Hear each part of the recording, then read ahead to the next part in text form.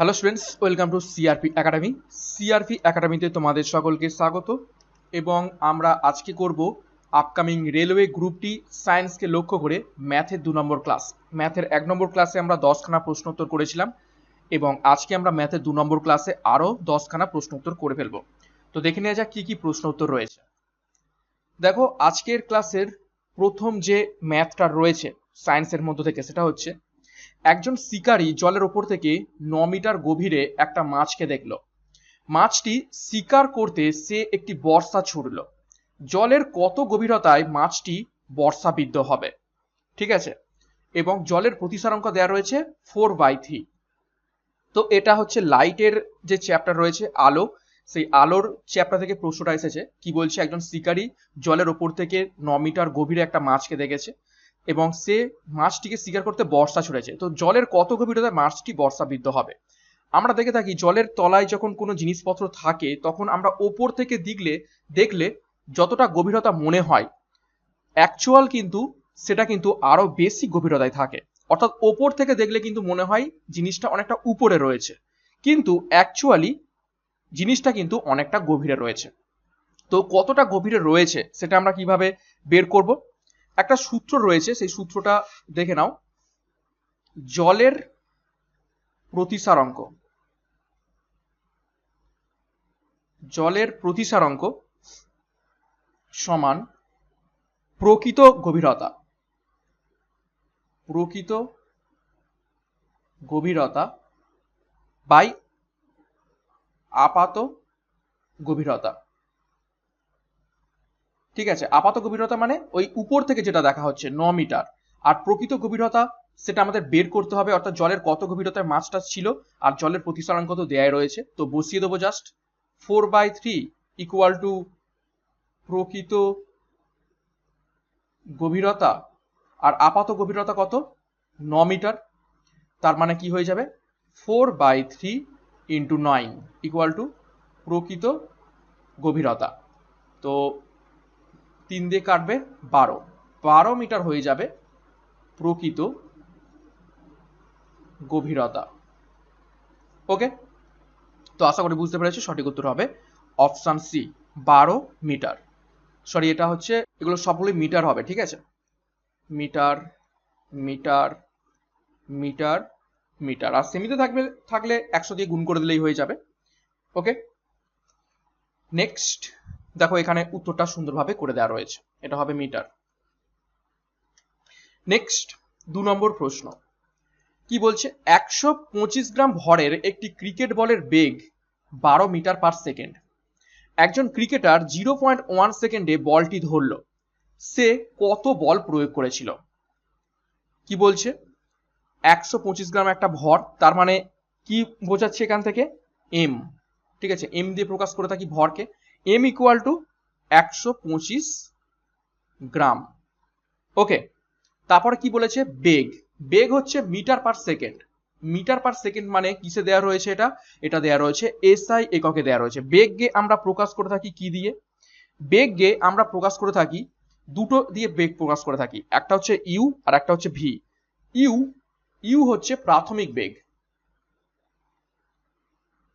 প্রাথমিক বেগ, আর ভি হচ্ছে অন্তিম বেগ। ওকে, অন্তিম বেগ। এখানে টি হচ্ছে সময় এবং এম হচ্ছে ভর। ঠিক আছে, এম হচ্ছে ভর। তো দেখো, ইউ প্রথমে যখন ব্যাট দিয়ে বলটা মারলো তখন বলের বেগ কত? ইউ কত? প্রাথমিক বেগ 12 মিটার পার সেকেন্ড। আর ভি অন্তিম বেগ, বলটাকে ধরে নিয়েছে, তার মানে অন্তিম বেগ কত হবে? 0 মিটার পার সেকেন্ড। এবং টি কত? টি হচ্ছে 0.1 সেকেন্ড। এবং বলের আমরা যে সূত্র সেটা কি জানি? P equal to M A. ঠিক আছে, পিটাকে আমাদের বের করতে হবে, আমরা পিটা জানি না। এম আমরা জানি 125, কিন্তু এটাকে আমাদের বের করতে হবে। এ কি? এ হচ্ছে ত্বরণ, এ হচ্ছে ত্বরণ। ঠিক আছে, ত্বরণ কি? ত্বরণ হচ্ছে সময়ের সাথে বেগের পরিবর্তন। ঠিক আছে, সময়ের সাথে বেগের পরিবর্তন হচ্ছে ত্বরণ। তো এটাকে কিভাবে বের করব? এটাকে বের করতে গেলে এই সূত্রটাকে আমাদের ব্যবহার করতে হবে। V equal to U minus V equal to U minus A T. ঠিক আছে, এই সূত্রটাকে আমাদের ব্যবহার করতে হবে। ভি আমরা কত জানি 0, ইউ কত 12 মিটার পার সেকেন্ড, এটাকে আমাদের বের করতে হবে এবং সময় কত 0.1 সেকেন্ড। তো এখান থেকে সমস্ত কিছু কাটাকাটি করে এ বেরোবে কত 120। ঠিক আছে, 120 এখান থেকে বেরোবে এবং এখানে এই সূত্রটা বসিয়ে দিলেই উত্তর হয়ে যাবে P equal to M into A. তার মানে এম কত রয়েছে 125। ঠিক আছে, সরি এইখানে একটু চেঞ্জ করতে হবে, 125টা কিসে রয়েছে, 125টা রয়েছে গ্রামে।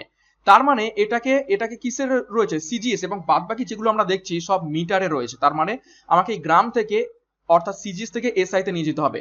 125 গ্রাম সমান 0.125 কেজি। ঠিক আছে, অর্থাৎ আমাকে কেজিতে নিয়ে যেতে হবে এটা। তো এবার আমরা এখানে বসিয়ে দেবো। তো 0.125 কেজি সমান এ কত 120। তো এখান থেকে উত্তর কত হয়ে যাবে, উত্তর হয়ে যাবে গুণ করলে এটা হয়ে যাবে 15। তো সঠিক উত্তর হয়ে যাবে 15 নিউটন। ঠিক আছে, 15 নিউটন। ওকে, তো এখানে কেজি আর এটা হচ্ছে 120 মিটার পার সেকেন্ড। তো কেজি মিটার পার সেকেন্ড সমান হয়ে যায় কত নিউটন। তো 15 নিউটন উত্তর। এখানে উত্তরটা খুব সুন্দরভাবে করে দেওয়া রয়েছে। নেক্সট 3 নম্বর প্রশ্ন আমরা দেখব কি বলছে। একটি তরলের ঘনত্ব 2.1 হলে 100 ঘনমিটার হলে তরলের ভর কত? ওকে, তো এটা খুবই ইজি প্রশ্ন, ছোটবেলা থেকেই আমরা করে আসি যে তরলের ঘনত্ব সমান কত ভর বাই আয়তন। ঠিক আছে, ঘনত্ব সমান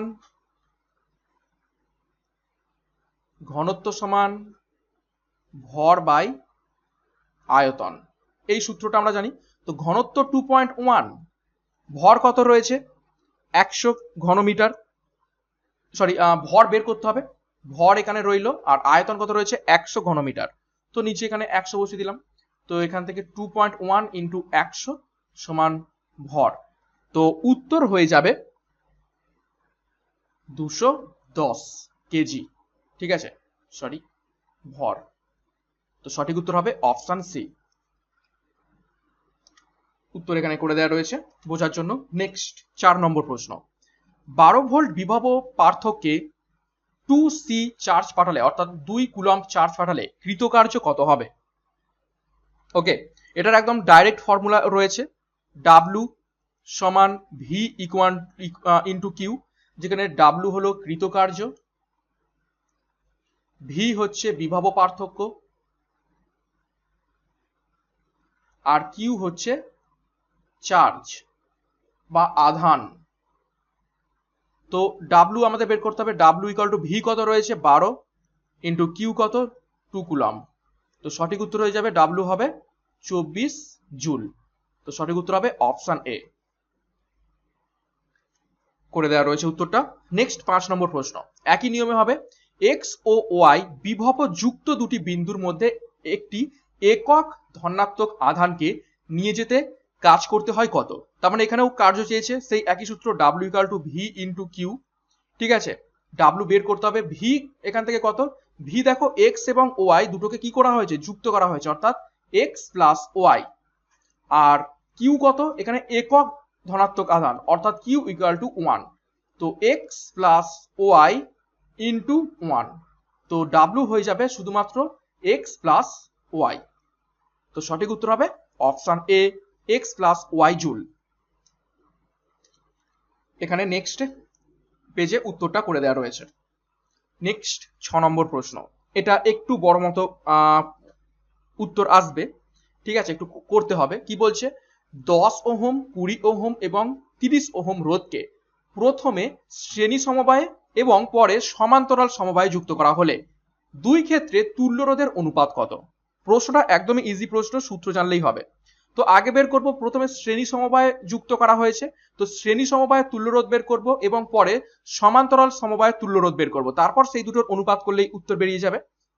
তো দেখো, শ্রেণী সমবায়ের তুল্য রোধ, ঠিক আছে, শ্রেণী সমবায়ের তুল্য রোধ কত হবে, জাস্ট এইগুলো যোগ করলেই হয়ে যাবে। তো 10, 20, 30, তো কত 60 ওহম। ঠিক আছে, 60 ওহম হয়ে যাবে শ্রেণী সমবায়ের তুল্য রোধ। এবার আমরা বের করব সমান্তরাল সমবায়ে তুল্য রোধ। তো সেটা কিভাবে বের করব? তো সেটার একটা সূত্র রয়েছে। সেটা কি? যতগুলো রোধ রয়েছে অর্থাৎ R1 plus R2 plus R3, ঠিক আছে, যতগুলো রয়েছে এবার চলতেই থাকবে যদি আরো বেশি থাকে, এবং এইটার নিচে R1 into R2 plus R2 into R3 plus R3 into R1, এই হচ্ছে সূত্র। তো এটা কিভাবে করব? সরি, এখানে এই যে উপরে আমি প্লাস চিহ্ন দিয়েছি, এগুলো প্লাস হবে না, এটা গুণিতক হবে। ঠিক আছে, R2 R3। তো কিভাবে করব? 10 ইন্টু 20 ইন্টু 30 এবং নিচে 10 ইন্টু 20 যোগ 20 ইন্টু 30 যোগ 30 ইন্টু কত 10। ব্যাস। তো এটাকে কাটাকাটি করে সবকিছু করে উপরে কত আসবে? 6000, আর নিচে আসবে 1100। তো 0 0 কেটে দিলাম, তো আসবে এটা কত? 60/11। এবার কি বলেছে? সমবায় এবং সমান্তরাল এই দুটোর অনুপাত কত? ঠিক আছে, তার মানে শ্রেণী বাই সমান্তরাল। তো শ্রেণীতে কত এসেছিল? 60, আর এই দিকে কত এসছে? 60/11। ওকে, তো এটাকে কিভাবে করব? 60 ইন্টু 11/60, তো 60 কেটে যাবে। তো অ্যাকচুয়ালি উত্তরটা হয়ে যাবে তোমাদের 11:1। ওকে, তো সঠিক উত্তর হবে অপশন বি। অপশন এ কিন্তু নয়। কেন নয়? দেখো এইখানে শ্রেণী, ঠিক আছে, অর্থাৎ উপরে 11 হবে, নিচে 1 হবে।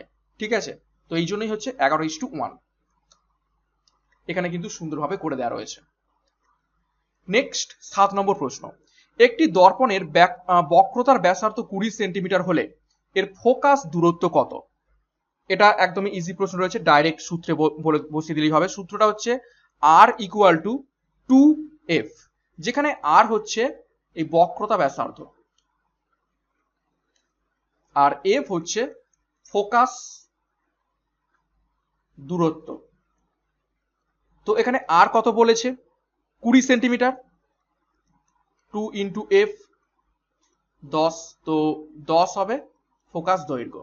তো সঠিক উত্তর হবে অপশন বি, 10 সেন্টিমিটার। নেক্সট দেখো 8 নম্বর প্রশ্ন। একটি নদীর প্রস্থ 1280 মিটার। নদীর এক প্রান্তে দাঁড়িয়ে শব্দ করলে শব্দটির অপর প্রান্ত থেকে প্রতিফলিত হয়ে আসতে সময় নেয় 8 সেকেন্ড। তাহলে বাতাসে শব্দের বেগ কত ছিল? অর্থাৎ এটা একটা পুকুর, পুকুরের এই পারে একটা দেয়াল হয়তো রয়েছে এবং এখান থেকে সাউন্ড করা হচ্ছে। ঠিক আছে, তো এই রকম যাবে আবার এই পথে ফিরবে। ঠিক আছে, তাহলে এবং এইটার মধ্যেকার সময় কত? 8 সেকেন্ড। তাহলে শব্দের বেগ কত? বাতাসের শব্দের বেগ কত? আমরা কি জানি? Distance equal to speed into time. ঠিক আছে, এখানে D for distance. Distance equal to speed into time. আচ্ছা, ডিস্টেন্স গেল আবার ফিরে এলো, তার মানে এই 1280 মিটার প্রস্থটা একবার গেছে আবার ফিরে এসেছে। তার মানে আমাদের 1280-র সাথে কি গুণ করতে হবে? 2 গুণ করতে হবে, একবার গেছে আবার ফিরেছে। আমাদের কি বের করতে হবে? স্পিড, বাতাসে শব্দের বেগ বের করতে হবে, এবং টাইম কত বলে দিয়েছে? 8 সেকেন্ড। ওকে, তো 8 সেকেন্ড বলে দিয়েছে। তার মানে এইটাকে গুণ করলে হবে 2560 ইন্টু স্পিড ইন্টু 8। তো 2560-কে 8 দিয়ে ভাগ করলে স্পিড কত আসবে? তো স্পিড আসবে, যেটা এটা কেটে কেটে কেটে উত্তর কত আসবে? উত্তর আসবে 320। তো সঠিক উত্তর হবে option C, 320 metre per second. Okay, এখানে সুন্দরভাবে করে দেওয়া রয়েছে। নেক্সট 9 নম্বর প্রশ্ন। 60 ডিগ্রি কোণ বিশিষ্ট কোন প্রিজমে একটি রশ্মি 50 ডিগ্রি কোণে আপতিত হলো। যদি রশ্মিটা প্রিজমের অপর তল থেকে 20 ডিগ্রি কোণে নির্গত হয় তাহলে চ্যুতি কোণ কত? তো এটারও একটা ডাইরেক্ট সূত্র রয়েছে। চ্যুতি কোণ সমান I1 প্লাস I2 মাইনাস এ হচ্ছে এই যে কোণ বিশিষ্ট, ঠিক আছে, প্রিজমের কোণ। I1 হচ্ছে আপতিত রশ্মির কোণ এবং I2 হচ্ছে প্রতিসৃত রশ্মির কোণ। তো কি করব, 50 ডিগ্রি প্লাস 20 ডিগ্রি মাইনাস কত 60 ডিগ্রি, তো এই দুটো যোগ করলে হবে 70 আর এটা হচ্ছে 60 ডিগ্রি, তার মানে উত্তর হয়ে যাবে 10 ডিগ্রি। তো সঠিক উত্তর হবে অপশন এ, চ্যুতি কোণ হচ্ছে 10 ডিগ্রি। নেক্সট আমরা যেটা করব, এবং আজকের ক্লাসের শেষ প্রশ্ন 10 নম্বর প্রশ্ন, 10টা করে প্রশ্ন আমরা করে বলেছিলাম। একটি মোটর গাড়ির হেডলাইটের ফিলামেন্ট 5 অ্যাম্পিয়ার বিদ্যুৎ টানে, ওকে, এর প্রান্তদ্বয়ের বিভব পার্থক্য 6 ভোল্ট, তাহলে ফিলামেন্টের রোধ কত? ঠিক আছে, অর্থাৎ কারেন্ট বলে দিয়েছে 5 অ্যাম্পিয়ার, অর্থাৎ আই বলে দিয়েছে 5 অ্যাম্পিয়ার। বিভব পার্থক্য অর্থাৎ ভি বলে দিয়েছে 6 ভোল্ট। তো রোধ কত? রোধ মিনস হচ্ছে আর কত? ওকে, তো সূত্র কি ছিল? ভি ইকুয়াল টু আই আর। তো এখানে বসিয়ে দিলেই উত্তর হয়ে যাবে 6, আই কত 5 এবং ইন্টু আর, তো আর ইকুয়াল টু 6/5, তো হয়ে যাবে 1.2 ওহম। তো সঠিক উত্তর হবে অপশন বি, 1.2 ওহম। ওকে, এখানে উত্তরটা করে দেওয়া রয়েছে। তো এই ছিল আজকের ম্যাথ 2 নম্বর ক্লাসের আরো 10খানা গুরুত্বপূর্ণ প্রশ্ন উত্তর। আরো একটা ম্যাথের ক্লাস আমি দেওয়ার চেষ্টা করব, সেখানে আরো 10টা প্রশ্ন উত্তর করব। তো এই দুটো ক্লাসে কিন্তু 20টা প্রশ্ন উত্তর করলাম এবং 20টা প্রশ্ন উত্তর থেকে অনেকগুলো কিন্তু রুলস বা সূত্র জানলাম এবং সেখান থেকে কিভাবে প্রশ্ন উত্তর করতে হয় ম্যাথের সেগুলো কিন্তু জানলাম। তো ম্যাথ নিয়ে খুব একটা চাপ নেওয়ার দরকার নেই, ম্যাথ খুব একটা কিন্তু আসেও না, এবং যা আসে এই রকম খুব ছোট ছোট ম্যাথ আসে, একদম ডাইরেক্ট যে সূত্রগুলো রয়েছে সেইখান থেকে কিন্তু উত্তর হয়ে যায়। ওকে, তো এখানেই শেষ করলাম। Thank you, by.